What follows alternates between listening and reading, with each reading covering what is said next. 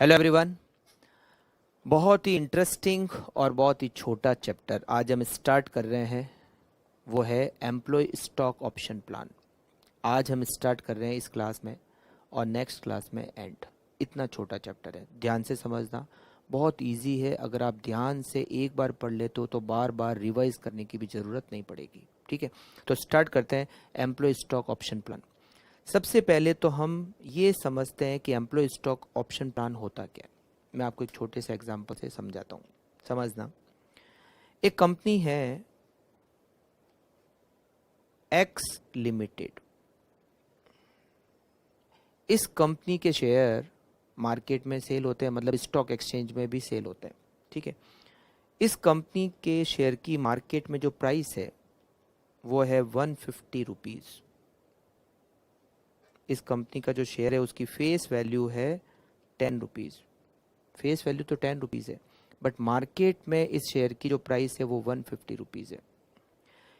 इस कंपनी के total 200 employees है, 200 एम्प्लॉयज़ काम कर रहे हैं।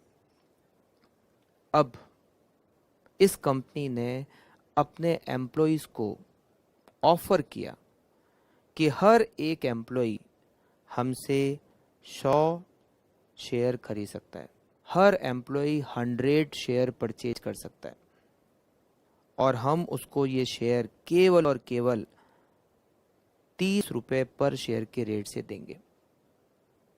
मार्केट में वो शेयर कितने का है? 150 रुपीज़ का, मगर हम केवल 30 रुपीज़ में ही शेयर देंगे। जो भी एम्प्लॉय है वो शेयर खरीद, जो भी एम्प्लॉयज़ है वो शेयर खरीद सकते हैं। हर एम्प्लॉय 100 शेयर खरीद सकता है। इसका मतलब 200 एम्प्लॉयज़ है, 200 मल्टीप्लाई 100, 20,000 शेयर खरीदने का ऑफर दिया है कंपनी ने अपने एम्प्लॉयज़ को। और क्या रेट पर? केवल 30 रुपीज़ में। मतलब अगर कंपनी मार्केट में शेयर बेचे तो 150 रुपीज़ मिल सकते हैं, बट वो अपने एम्प्लॉय को केवल और केवल 30 रुपीज़ में, मतलब 120 रुपीज़ कम रेट करके अपने एम्प्लॉयज़ को वो शेयर दे रही है। ये जो कंपनी ऑफर कर रही है अपने शेयर को, अपने एम्प्लॉयज़ को शेयर देना, और जो एम्प्लॉय शेयर खरीदेंगे, ये जो सारा सिस्टम है, what is it? Is employee stock option plan. ये इसॉप है। मतलब इसॉप में क्या होता है, एक कंपनी अपने एम्प्लॉयज़ को मार्केट में जो रेट है उससे भी कम रेट पर शेयर खरीदने का ऑफर देती है। करेक्ट। अब बात आती है ऐसा क्यों करती है कंपनी? मार्केट में बेचे तो 150 रुपीज़ मिल सकते हैं पर शेयर, और एम्प्लॉय को केवल 30 रुपीज़ में। बहुत सारे रीज़न हो सकते हैं, जिसमें से जो रीज़न, कुछ रीज़न जो हम समझ सकते हैं वो मैं आपको बताता हूँ। जैसे पहला रीज़न, एम्प्लॉय को इंसेंटिव देने के लिए। देखो, कंपनी कौन चलाता है? बेसिकली चलाते तो सब एम्प्लॉय है। अगर एम्प्लॉय को इंसेंटिव मिले तो वो ज़्यादा अच्छी तरीके से काम करेगा, वो मोटिवेट होके काम करेगा, वो हमारी कंपनी को छोड़ के नहीं जाएगा अगर हम उनको इंसेंटिव इस टाइप का देते रहेंगे तो। करेक्ट। तो अगर एम्प्लॉय को अपनी कंपनी से ही इंसेंटिव मिलता रहे तो वो ज़्यादा मोटिवेट होके काम करेगा, और ये इंसेंटिव देने का एक बहुत अच्छा तरीका है, वो है ESOP। अच्छा, जब एक एम्प्लॉय कंपनी के शेयर खरीदेगा तो वो उस कंपनी का शेयर होल्डर भी हो जाएगा, मतलब वो उस कंपनी का शेयर होल्डर भी है और वो उस कंपनी का एम्प्लॉय भी है। अब एज ए शेयर होल्डर वो चाहता है कि कंपनी की बहुत ज़्यादा ग्रोथ हो, वैसे एज ए एम्प्लॉय भी वो चाहता है। तो जब वो दोनों दोनों को रिप्रेजेंट करता है, वो शेयर होल्डर को भी रिप्रेजेंट करता है, वो एम्प्लॉय को भी रिप्रेजेंट करता है, तो वो ज़्यादा अच्छी तरीके से काम करेगा। वो चाहेगा कि ये कंपनी ज़्यादा से ज़्यादा ग्रो करे, क्योंकि अगर ग्रोथ करेगी तो उसकी इनकम भी बढ़ेगी एज एम्प्लॉय, और शेयर की प्राइस बढ़ेगी तो उसको भी कहीं ना कहीं उसको बेनिफिट होगा। तो ESOP के बहुत सारे रीज़न हैं जिसके लिए कंपनी अपने एम्प्लॉयज़ को शेयर खरीदने का ऑफर देती है। ठीक। अब बात आती है हमें अकाउंटिंग कैसे करनी है, किस तरीके से होता है। मगर अकाउंटिंग को समझने से पहले हमें इसमें कुछ वर्ड्स के मतलब समझने पड़ेंगे, उसके बाद हम अकाउंटिंग को समझेंगे। बहुत हमें इसमें बेसिकली, वैसे अकाउंटिंग के लिए कुछ जर्नल एंट्रीज करनी होती है, बहुत इजी जर्नल एंट्रीज है, हम आराम से करेंगे। बट वो है जर्नल एंट्रीज क्या होती है उसको समझने से पहले हम कुछ वर्ड्स के मतलब समझते हैं। एक वर्ड है जिसका वो वर्ड है ग्रांट डेट। Grant date. एक है वेस्टिंग पीरियड। Vesting period. और एक होता है एक्सरसाइज पीरियड। ये तीनों क्या होते हैं, ग्रांट डेट, वेस्टिंग पीरियड और एक्सरसाइज पीरियड। मैं आपको एक छोटे से एग्जांपल से समझाता हूँ, ठीक है। मान लो ये जो कंपनी है एक्स लिमिटेड, इसने अपने एम्प्लॉय को ये जो ऑफर दिया है, ये ऑफर दिया है मान लो 1 अप्रैल 2020 को। 1 अप्रैल 2020 को कंपनी ने अपने एम्प्लॉय को इन्फॉर्म किया है कि हम आपको शेयर खरीदने का राइट देते हैं। हर एम्प्लॉय 100 शेयर खरीद सकता है, मतलब 100 ऑप्शन खरीद सकता है, 100 शेयर परचेज कर सकता है, राइट। हर एम्प्लॉय को ऑप्शन दिया है, बट किस दिन खरीदना है। कंपनी ने कहा 1 अप्रैल को, तो उसने क्या ऑफर को डिक्लेयर किया है अपने एम्प्लॉयज को। अब कंपनी ने कहा हाँ, आप हमारे ये शेयर आज से ठीक 2 साल बाद खरीद सकते हो, मतलब 31 मार्च 2022 तक शेयर नहीं खरीद सकते, उसके बाद खरीद सकते हो। ये जो 2 साल है, it is called vesting period. 1 April 2020 को उन्होंने डिक्लेयर किया है ईसॉप को, बट शेयर नहीं खरीद सकता वो एम्प्लॉय। वो एम्प्लॉय शेयर खरीद सकता है वेस्टिंग पीरियड एंड होने के बाद। ऐसा क्यों करती है कंपनी? इसका एक बहुत बड़ा रीज़न ये हो सकता है कि कंपनी ये टाइम पीरियड इसीलिए देती है कि एक तो एम्प्लॉय कुछ अमाउंट, क्योंकि वो शेयर फ्री में नहीं दे रही है, वो शेयर को एम्प्लॉय को परचेज करना है, तो परचेज करने के लिए वो पेमेंट को अरेंज कर सके। और एक और रीज़न ये भी हो सकता है कि वो एम्प्लॉय कंपनी को छोड़कर नहीं जाए। उसको पता है कि ऑफर कब मिलेगा, ये जो शेयर खरीदने का जो राइट है वो कब मिलेगा, 2 साल बाद। तो 2 साल बाद जो राइट मिलेगा, तो हो सकता है वो 2 साल तक कंपनी को छोड़ के नहीं जाए, कि इस कंपनी में काम करेंगे तभी तो वो शेयर खरीद सकते हैं।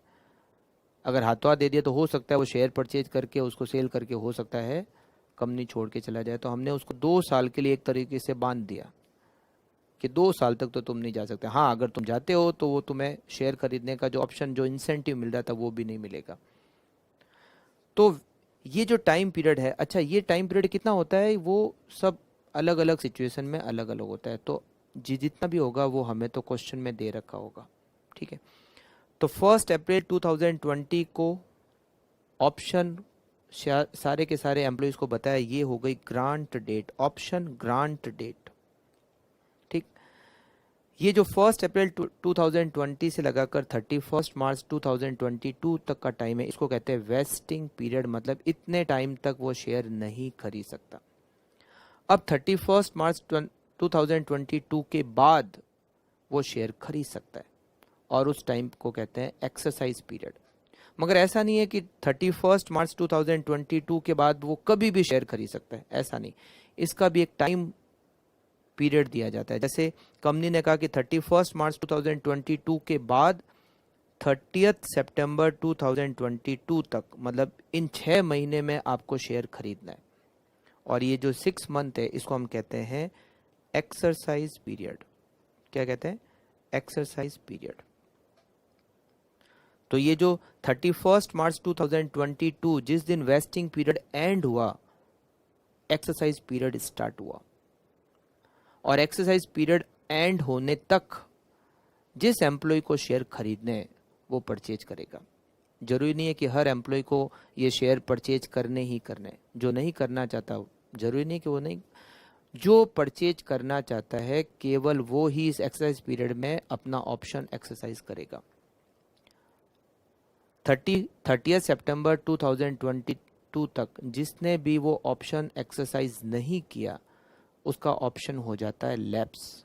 लैप्स होने का मतलब है अब वो शेयर परचेज नहीं कर सकता, करेक्ट। तो ग्रांट डेट जिस दिन ऑप्शन दिया है, वेस्टिंग पीरियड ग्रांट डेट से स्टार्ट होता है, और एक्सरसाइज पीरियड पे जाके ख़त्म होता है। फिर एक्सरसाइज पीरियड शुरू होता है जहाँ वेस्टिंग पीरियड एंड होता है, और एक्सरसाइज पीरियड जो कंपनी ने डेट दी है वहाँ पे जाके वो ख़त्म हो जाता है। ठीक है, ये तो हो गया ग्रांट डेट का मतलब, उसके बाद में वेस्टिंग पीरियड और एक्सरसाइज पीरियड। ठीक है, अब हम आते हैं इसकी अकाउंटिंग एंट्री क्या होती है। ठीक, हम अब आते हैं अकाउंटिंग पर। अब इसमें दो सिचुएशन बनती है। फर्स्ट सिचुएशन मैं आपको सबसे पहले बताता हूँ। फर्स्ट सिचुएशन है कि जब ये जो ग्रांट डेट है और एक्सरसाइज पीरियड खत्म होना, ये सब कुछ एक ही फाइनेंशियल ईयर में एंड हो जाते हैं। और सेकंड सिचुएशन, जब एक फाइनेंशियल ईयर में नहीं, बहुत सारे फाइनेंशियल ईयर में जाके वो अकाउंटिंग चलती है। जैसे मान लो 1 अप्रैल 2020 को हमने ग्रांट मतलब ऑप्शन ग्रांट किया है, और जो एक्सरसाइज पीरियड खत्म हो रहा है वो 31 मार्च 2021 से पहले पहले ही खत्म हो रहा है। ये तो हो गई सिचुएशन फर्स्ट। और एक होता है एक्सरसाइज पीरियड उसी फाइनेंशियल ईयर में एंड नहीं होती है और आगे जाके किसी और फाइनेंशियल ईयर में जाके एंड होती है। दो तरह की सिचुएशन बनती है। तो दो तरह के क्वेश्चन बनते हैं। पहले टाइप के क्वेश्चन जिसमें ग्रांट डेट और एक्सरसाइज पीरियड एंड होना वो एक ही फाइनेंशियल ईयर में। आप समझे, ये ग्रांट डेट, जैसे ये वाली जो ग्रांट डेट और एक्सरसाइज पीरियड एंड होना, ये सब एक ही फाइनेंशियल ईयर में है। और एक होता है ग्रांट डेट वाले में ही एक्सरसाइज पीरियड एंड नहीं हो रहा है, आगे के जाके फाइनेंशियल ईयर में कहीं पे एंड हो रहा है। तो हम सबसे पहले फर्स्ट सिचुएशन के क्वेश्चन स्टार्ट करते हैं। फर्स्ट सिचुएशन की अकाउंटिंग को समझना स्टार्ट करते हैं, उसके बाद क्वेश्चन करेंगे। क्वेश्चन का नंबर इतनी जल्दी कैसे आएगा, है ना। तो सबसे पहले हम फर्स्ट में क्या अकाउंटिंग एंट्री करेंगे फर्स्ट सिचुएशन में, मतलब जिस साल हमने ऑप्शन ग्रांट किया है उसी साल एक्सरसाइज पीरियड भी एंड हो गया। अब कैसे होता है समझना, बहुत ईजी है। दो एंट्री करनी होती है, केवल और केवल दो एंट्री। फर्स्ट एंट्री मैं आपको बताता हूं, बैंक अकाउंट डेबिट। ध्यान से समझना, बहुत इजी है, ध्यान से बस समझना आप लोग। Bank account debit, employees compensation expenses account debit to equity share capital. मैं आप लोगों को फर्स्ट सिचुएशन में अकाउंटिंग ट्रीटमेंट क्या होता है वो समझा रहा हूँ। फर्स्ट सिचुएशन का मतलब क्या, कि जो ग्रांट डेट है और एक्सरसाइज पीरियड जो एंड हो रहा है वो एक ही फाइनेंशियल ईयर में है, सब एक ही फाइनेंशियल ईयर में जाके एंड हो जाता है। ठीक है, इक्विटी शेयर कैपिटल और टू सिक्योरिटीज प्रीमियम। जैसे अभी मैंने जो एग्जांपल लिया था ऊपर, उसी के बारे में बता देते हैं। एक्स लिमिटेड ने 20,000 शेयर का ऑप्शन दिया, क्या रेट पे, 30, जबकि मार्केट में रेट क्या थी 150। जिस दिन ऑप्शन दिया गया है उस दिन मार्केट में रेट 150 और हमने ये शेयर ऑफर किया केवल 30 रुपीज़ में, और इसकी फेस वैल्यू क्या है 10 रुपीज़। तो जो एम्प्लॉई शेयर परचेज करेगा वो क्या अमाउंट देगा, पर शेयर 30 रुपीज़ देगा। करेक्ट है, श्योर। मान लेते हैं कि जो 20,000 एम्प्लॉइज है उसमें से केवल 16,000 शेयर ही एम्प्लॉइज ने परचेज किए, बाकी के लैप्स हो गए, और ये सब एक ही फाइनेंशियल ईयर में जाके खत्म हो जाता है। ठीक है, अब एंट्री क्या होगी समझना। कितने शेयर परचेज किए एम्प्लॉइज ने, 16,000। तो यहाँ आएगा bank account debit 16,000 multiply by 30 rupees उसने पे किए होंगे, तो 16,000 मल्टीप्लाई बाय 30 इट इज़ 4,80,000, ये हो जाएगा डेबिट। अब मार्केट में अगर वो हम शेयर इशू करते तो 150 रुपीज़ मिलते, जबकि हमने एम्प्लॉय को दिया है केवल और केवल 30 रुपीज़ में। इसका मतलब 150 माइनस 30, एक तरह से 120 रुपीज़ पर शेयर का हमने एम्प्लॉय को इंसेंटिव दिया है, यही मतलब हुआ ना। तो 120 रुपीज़ एक तरह से एम्प्लॉय को इंसेंटिव, और ये हम लिखेंगे एम्प्लॉय कॉम्पनसेशन एक्सपेंस, एक तरह से मतलब उसको हमने रेम्यूनेशन के टाइप उसको पेमेंट किया। तो एम्प्लॉय कॉम्पनसेशन एक्सपेंसेस अकाउंट एक हम ओपन करते हैं और हम उसको डेबिट करेंगे कितने अमाउंट से, 16,000 मल्टीप्लाई बाय 120, ₹150 में जो शेयर मार्केट में सेल हो सकता है, हम उसको एम्प्लॉय को केवल ₹30 में दे रहे हैं। तो एक तरह से ₹120 का हम पर शेयर इंसेंटिव ही तो दे रहे हैं एक तरह से एम्प्लॉयज़ को। तो हमने डेबिट किसको किया? Employees compensation expenses account debit 16,000 share, पर शेयर ₹120। तो 16,000 मल्टीप्लाई बाय 120, इट इज 19,20,000। अब इक्विटी शेयर कैपिटल, ये एंट्री हमेशा, ये जो कैपिटल में आएगा वो हमेशा फेस वैल्यू पे आता है ना। तो 16,000 शेयर, पर शेयर फेस वैल्यू ₹10, तो ये हो जाएगा 1,60,000। और सिक्योरिटीज प्रीमियम, सिक्योरिटीज प्रीमियम आएगा 16,000 मल्टीप्लाई बाय 140। 140 क्यों? देखो, डेबिट हमने पर शेयर कितने रुपए से किया? पर शेयर डेबिट एक तो ₹30 बैंक अकाउंट और ₹120 एम्प्लॉय कॉम्पनसेशन एक्सपेंस, मतलब हमने डेबिट पर शेयर ₹150 किया जो मार्केट की प्राइस थी। ठीक है, अब क्रेडिट में भी तो ₹150 होगा। ₹150 डेबिट हो गए पर शेयर, ₹30 तो बैंक में और ₹120 एम्प्लॉय कॉम्पनसेशन एक्सपेंसेस में, दोनों मिलाकर ₹150 पर शेयर डेबिट हुए। तो ₹150 पर शेयर क्रेडिट होंगे, ₹10। मतलब हम ये मान के चल रहे हैं कि अगर हमने इसको मार्केट में सेल किया होता तो ₹10 का फेस वैल्यू का शेयर मार्केट में 150 में बेचा होता तो ₹140 प्रीमियम के होते हैं ना। तो वही प्रीमियम हम यहाँ पे क्रेडिट कर रहे हैं। 16,000 मल्टीप्लाई बाय 140, इट इज़ 22,40,000। और ये हमारी जनरल एंट्री कंप्लीट हो गई। एंट्री क्या हुई? Bank account debit, employees compensation expenses account debit, to equity share capital, to securities premium. ठीक, अब ये जो एम्प्लॉय कॉम्पनसेशन एक्सपेंसेस है इसको हम ट्रांसफर कर देंगे प्रॉफिट एंड लॉस अकाउंट में। तो एंट्री करेंगे ईयर एंड होने पर P&L account debit to employees compensation expenses account, और ये हम ट्रांसफर कर देंगे P&L में 19,20,000 रुपीज। दो एंट्री करनी होती है, एक तो जिन्होंने ऑप्शन एक्सेस, अच्छा 20,000 का ऑप्शन हमने ऑफर किया था, केवल 16,000 ही उन्होंने परचेज की, तो 4,000 का जो शेयर ऑप्शन था वो लैप्स हो गया, उसकी कोई अकाउंटिंग एंट्री नहीं होती। जितना ऑप्शन एक्सरसाइज हुआ है केवल उसी से एंट्री होगी। मैं अभी फर्स्ट सिचुएशन की बात कर रहा हूँ। फर्स्ट सिचुएशन का मतलब जब एक ही फाइनेंशियल ईयर में सब कुछ एंड हो जाए। ठीक, तो दो एंट्री करनी होती है, एक तो ऑप्शन मतलब शेयर देने की, और एक दूसरा P&L में ट्रांसफर करने की। करेक्ट, बहुत इजी है, बहुत इजी। तो स्टार्ट करें हम तो क्वेश्चन। आप देखिए इसका क्वेश्चन नंबर फर्स्ट, ऐसे बहुत सारे क्वेश्चन एग्जाम में आ रखे हैं, इसीलिए समझना बहुत इजी है, समझना आप लोग। Question number first, A company has its share capital divided into shares of ₹10 each, मतलब शेयर की जो फेस वैल्यू है वो ₹10 है। On 1st April 2020, it granted 20,000 employee stock option at ₹40। क्या रेट हम दे रहे हैं? ₹40 में दे रहे हैं शेयर। 20,000 एम्प्लॉइज स्टॉक ऑप्शन मतलब 20,000 शेयर्स ₹40 की रेट पर दे रहे हैं। When the market price was ₹130, तो 130 माइनस 40, ₹90 पर शेयर एक तरह से एम्प्लॉय को इंसेंटिव हो गया, जो एम्प्लॉय कॉम्पनसेशन एक्सपेंसेस में जाएगा ₹90 पर share. The options were to be exercise between 1 January 2021 to 15 March 2021। देखो ग्रांट डेट क्या है? 1 April 2020।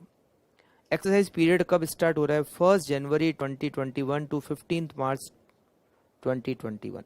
The employees exercise their option for 18,000 shares only. 20,000 में से केवल 18,000 ही उन्होंने ऑप्शन एक्सरसाइज किया। The remaining options lapsed. The company close its books on 31 March every year.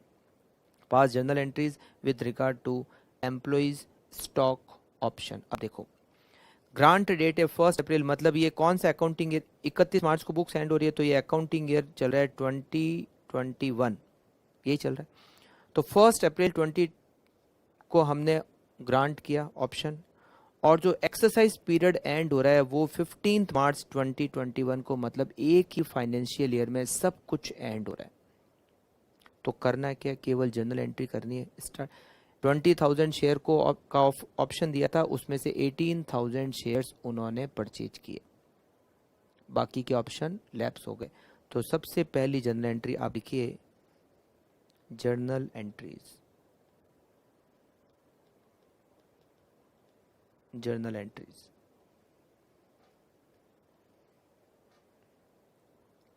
Date, particulars, debit और क्रेडिट। ठीक। अब एम्प्लॉयज ने 18,000 शेयर्स को परचेज किया, ठीक है ना, मतलब अपना ऑप्शन जो एक्सरसाइज किया है वो 18,000 शेयर्स का है। उन्होंने एक्सरसाइज किया होगा 1 जनवरी 21 से 15 मार्च 21 तक, तो हम यहाँ पर डेट लगा देते हैं 1 जनवरी 21 टू 15 मार्च 21। ठीक है। बैंक अकाउंट डेबिट, यहाँ पर अमाउंट के लिए ब्रैकेट में लिख लेते हैं 18,000 मल्टीप्लाई बाय 40 रुपीज़ में परचेज किया। एम्प्लॉयज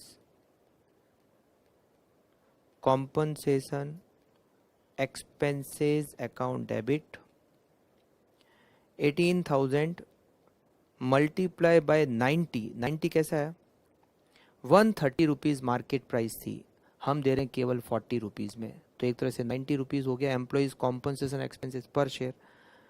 तो 18, तो यहाँ करते हैं 18,000 मल्टीप्लाई बाय, इसको यहाँ पर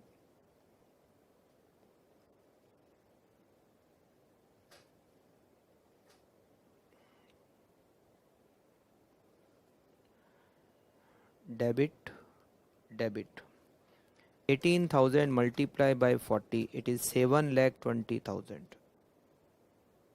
Then 18,000 multiplied by 90, it is 16,20,000. 2. Equity share capital.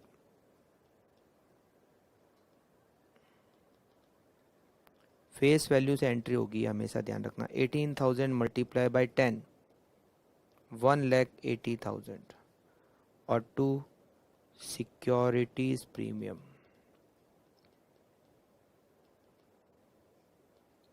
$18,000 multiply by 120,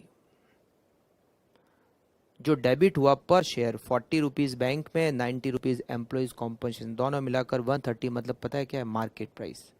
तो मार्केट प्राइस पर शेयर जितना डेबिट किया हमने और मार्केट प्राइस पर शेयर जितना क्रेडिट भी होगा, उसमें 10 रुपीज़ कैपिटल में और 120 रुपीज़ प्रीमियम में। तो 18,000 multiply by 120, it is 21,60,000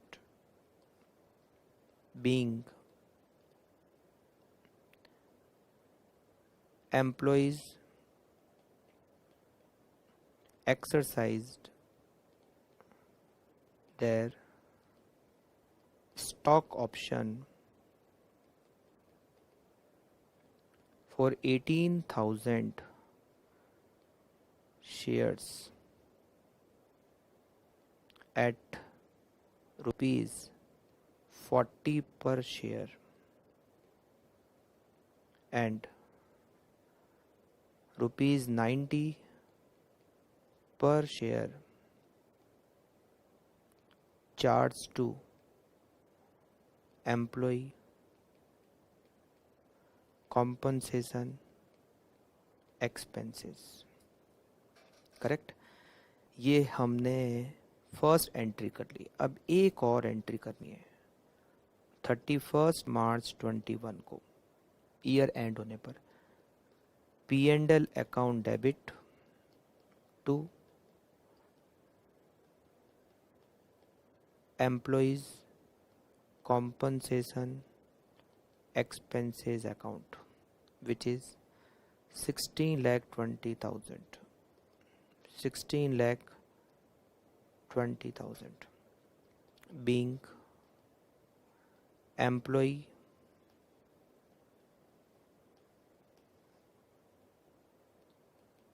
employees compensation expenses transfer to P&L account,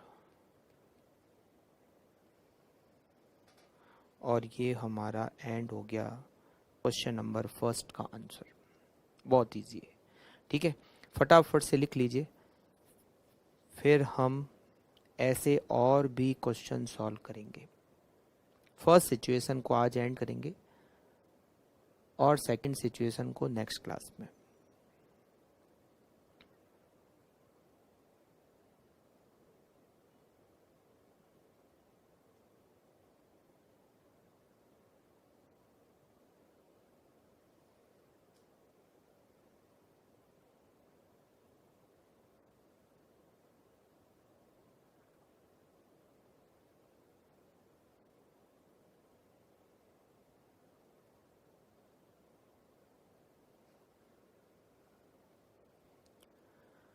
okay, वैसे तो आपको साथ साथ ही लिखना है। चलिए स्टार्ट करते हैं question number second. A company has its share capital divided into shares of rupees 10 each. On 1st April 2020, it granted 5,000 employee stock option at rupees 50 when the market price was rupees 140. तो 50 और 140 का difference होता है 90 rupees. Again employ compensation expenses पर share 90 rupees. The options were to be exercised between 1st December 2020 to 28 February 2021. Again सारा सब कुछ एक ही फाइनेंशियल ईयर में एंड हो रहा है। ग्रांट डेट जो है और एक्साइज पीरियड जो एंड हो रहा है, उन दोनों का टाइम पीरियड एक ही फाइनेंशियल ईयर में एंड हो रहा है। The employees exercise their option for 4,800 shares only. The remaining options lapsed. Company closed its books on 31st March. Pass journal entry with regard to employee stock options. बहुत easy है, फटाफट से लिखते हैं जर्नल एंट्रीज। जर्नल एंट्रीज,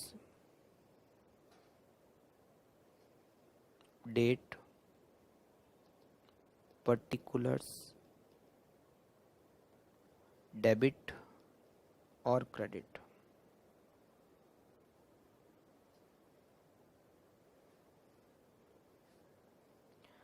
सबसे पहले हम इसमें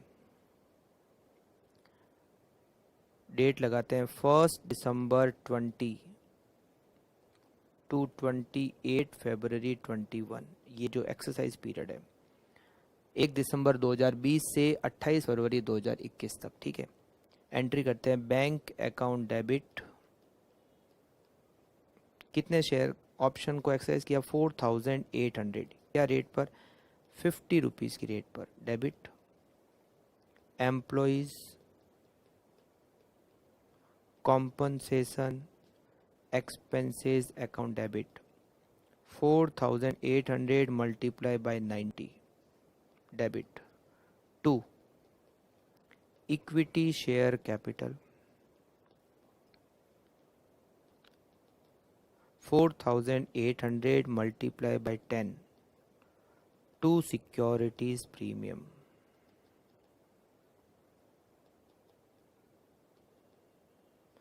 4,800 मल्टीप्लाई बाय 130। तो आप चेक कर लेना, पर शेयर 140 रुपीज़ ही डेबिट हो रहे हैं 50 90, और पर शेयर 140 रुपीज़ क्रेडिट हो रहे हैं 10 और 130। Being employees exercised their stock option for 4,800 shares at the rate rupees 50 per share and rupees 90 per share charged to employees compensation expenses। 4,800 multiplied by 50, it is 2,40,000। 4,800 multiplied by 90, 4,32,000, 48,000, 4,800 multiplied by 130, 6,24,000। और फिर करेंगे हम इसकी second entry year and होने पर 31 मार्च 21। P&L account debit to employees compensation expenses account which is 4,32,000। Narration हो जाएगा being employees compensation expenses transfer to P&L account। ठीक है,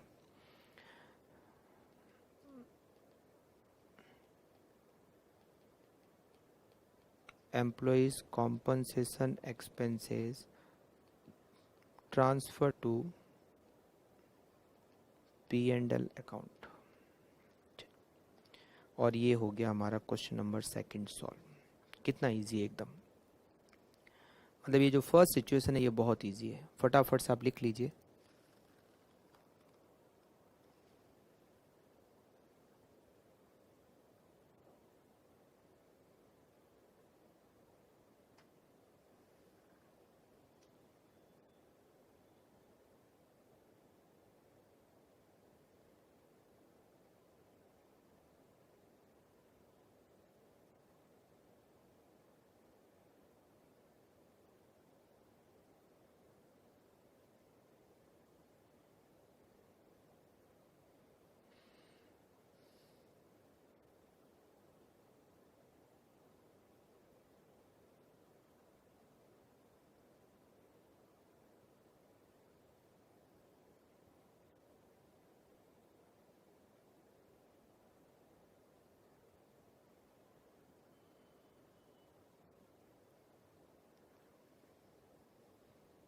ओके,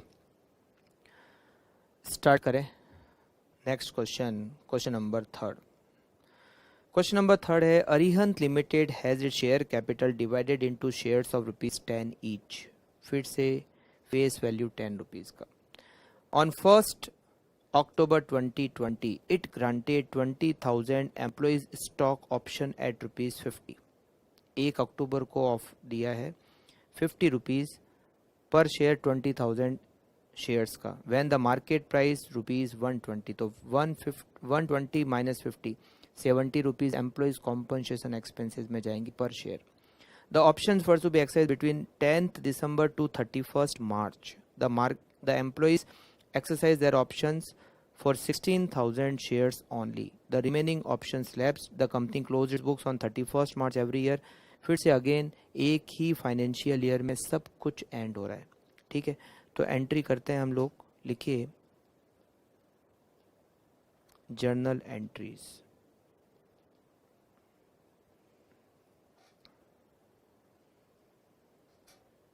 डेट,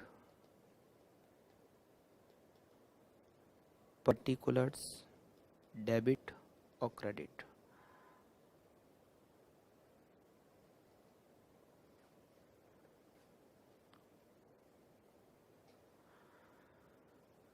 यहाँ पर डेट डालते हैं 10th December 22, 31st March 21। पहली एंट्री करते हैं bank account debit 16,000 shares multiply by 50, it is 8 lakh। Employees compensation expenses account debit 16,000 multiplied by 70, 11,20,000 to equity share capital bracket में 16,000 multiplied by 10, 1,60,000 और 2 securities premium bracket में 16,000 multiply by multiply by 110,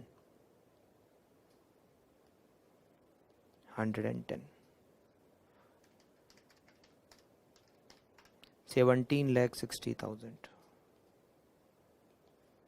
being employees exercised their stock option for 16,000 shares at the rate rupees 50 per share and rupees 70 per share charged to employees compensation expenses. Or second entry, 31st March 21, P&L account debit to employees compensation expenses 11,20,000 being employees compensation expenses charged to P&L account.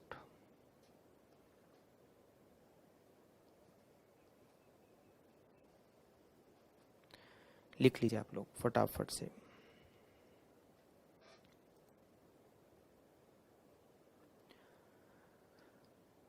फिर करेंगे इसी type का एक और question, मतलब last question.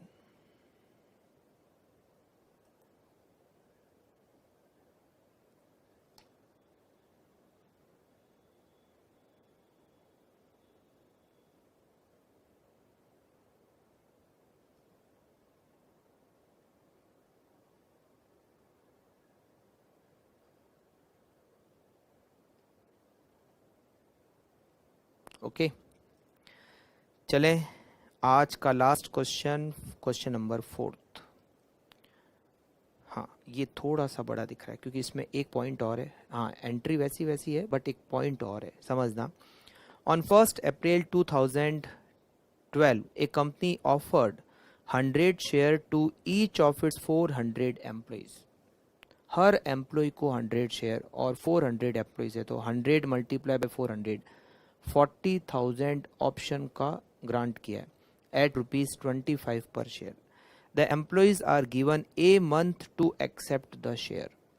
The shares issued under the plan shall be subject to lock in to transfer for 3 year plan from the grant date 30th April 2012। अब ये line जो दे रखी है, the share issued under the plan subject to lock in to transfer for 3 years, इसका मतलब क्या है? लॉक इन का मतलब होता है इस कंपनी ने अपने एम्प्लॉयज को शेयर दे रहा है, कब दे रहा है? 30th April 2012 को। वहां से 3 साल तक वो शेयर को कहीं भी ट्रांसफर नहीं कर सकता, मतलब कहीं भी कहीं सेल नहीं कर सकता, ना तो सेल कर सकता है ना कहीं ट्रांसफर कर सकता है। कितने टाइम तक? 3 साल तक।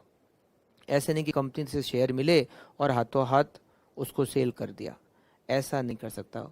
लॉक इन जब टाइम पीरियड होता है तो उसमें उतने टाइम तक वो शेयर को कहीं ट्रांसफर नहीं कर सकता या सेल नहीं कर सकता। तो लॉक इन पीरियड कितना है? 3 years है। ठीक, वैसे इस बात का हमारी अकाउंटिंग एंट्री पर कोई इफेक्ट नहीं पड़ता, बट कहाँ इफेक्ट पड़ता है वो मैं आपको बताऊंगा। The market price of the share of the company on the grant date is 30 rupees. कितने में दे रहा है? 25 रुपीज में, और जबकि मार्केट प्राइस उस दिन कितनी है? 30। But due to post vesting restriction on transfer, transfer पे हमने रेस्ट्रिक्शन लगा दिया। क्या रेस्ट्रिक्शन लगाया? कि वो 3 साल तक ट्रांसफर नहीं कर सकता। The fair value of the share issued under the plan is estimated at ₹28 पर शेयर। तो वैसे तो उस दिन उसकी मार्केट प्राइस 30 रुपीज थी, बट ये जो ट्रांसफर पे रेस्ट्रिक्शन लगा दिया है, लॉक इन पीरियड लगा दिया है, उस कारण से उसकी जो फेयर वैल्यू है वो केवल 28 ही है। तो जो हम एम्प्लॉइज कॉम्पनसेशन एक्सपेंसेस का अमाउंट पर शेयर पता करते हैं वो मार्केट प्राइस माइनस कितने में शेयर था उसका डिफरेंस करते हैं, मगर यहाँ पर मार्केट प्राइस मतलब 30 - 25 नहीं करना है। या आपको 28 माइनस 25 करना है, फेयर वैल्यू को कंसिडर करना है। मार्केट में रेट 30 रुपीज़ है, बट इस लॉक इन की वजह से उसकी फेयर रेट जो है वो 28 है। तो हमें यहाँ कंसिडर करना है 28 से। वो जो एम्प्लॉय कॉम्पनसेशन एक्सपेंसेस पर शेयर होगा वो इस क्वेश्चन में 3 रुपीज़ होगा, ना कि 5 रुपीज़ होगा। करेक्ट। अगर लॉक इन की वजह से कुछ रेट कम हो जाती है तो हमें फेयर वैल्यू को काम में लेना है, अगर दी हुई हो तो। अदरवाइज जो मार्केट प्राइस है उसी से एंट्री करते हैं। ठीक है। Up to 30th April 50% off the employ of accepted offer and paid ₹25 per share purchase. Nominal value मतलब फेस वैल्यू शेयर की 10 रुपीज़ है। आपको बुक्स में इसको रिकॉर्ड करना है। तो कितने share? 40,000, 100 share to every employees, और एम्प्लॉयज कितने? 400। तो 400 मल्टीप्लाई बाय 100, ये हो गए 40,000। 50% ने ही ऑफर एक्सेप्ट किया है, मतलब 20,000 शेयर हमें इशू करने। तो एंट्री करें सीधे, स्टार्ट करते हैं जर्नल एंट्रीज। जर्नल एंट्रीज, यहाँ पर एक फिक्स डेट दे रखी है 30th अप्रैल। वैसे तो उनको शेयर 1 अप्रैल 2012 से स्टार्ट करना और अप टू 30th अप्रैल तक परचेज करना है ना। तो यहाँ पर हम डेट लगा देते हैं, फर्स्ट, यहाँ डेट, फिर पर्टिकुलर्स पूरा लिख लेते हैं, डेबिट और क्रेडिट।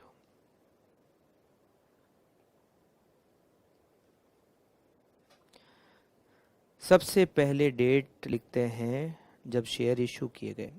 तो यहाँ लिखते हैं 1 अप्रैल 20 टू 30th अप्रैल 20 नहीं है, 12 है यहाँ पर, है ना। 1 अप्रैल 2012 टू 30th अप्रैल 2012। सबसे पहले एंट्री होगी बैंक अकाउंट डेबिट, कितने रुपए से? 20,000 शेयर परचेज किए गए, 50% है ना। हमने ऑप्शन में 40,000 शेयर का ऑफर दिया था, 50% शेयर खरीदे गए, मतलब 20,000 मल्टीप्लाई बाय 25, ये होता है 5 lakh rupees. Employees compensation expenses account debit, कितने रुपए? 20,000 multiply by 3, 60,000। To equity share capital, 20,000 multiply by 10, 2 lakh. और to securities premium, 20,000 multiply by 18, 3,60,000। Pink employees exercise their stock option for 20,000 shares. 20,000 shares कैसा है, इसकी कैलकुलेशन मैं यहाँ ब्रैकेट में लिख रहा हूँ, 100 multiply by 400 multiply by 50% at the rate ₹25 per share and ₹3, ये कैसा है वो भी लिख रहे हैं, 28 minus 25 per share charge to employees stock employ compensation expenses, compensation expenses. और दूसरी एंट्री आ जाएगी यहाँ पे, ये ईयर एंड कब हो रहा है? ईयर एंड होने के बारे में यहाँ पर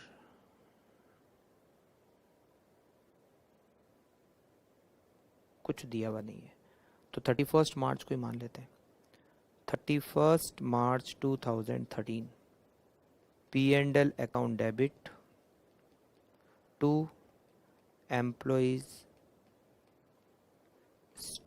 employees compensation expenses account which is 60,000। और इसका नरेशन आ जाएगा, being employees compensation expenses transfer to profit and loss account. या नरेशन लिख देना। ठीक है, फटाफट से लिख लीजिए।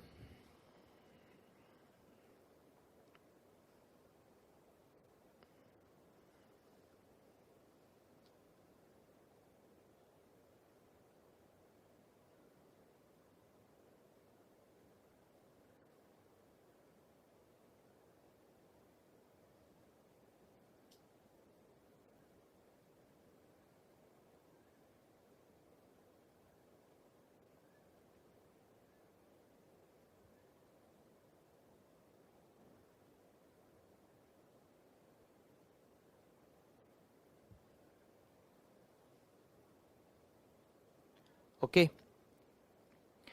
तो यहाँ पर हमारा एंड होता है आज की क्लास का कार्यक्रम। आज हमने एम्प्लॉय स्टॉक ऑप्शन प्लान के 4 क्वेश्चन किए।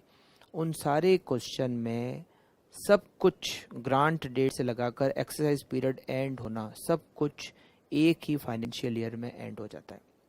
अब सेकंड सिचुएशन हम समझेंगे नेक्स्ट क्लास में, और उसके क्वेश्चन भी एंड कर देंगे नेक्स्ट क्लास में। ठीक है, okay, thank you, bye bye.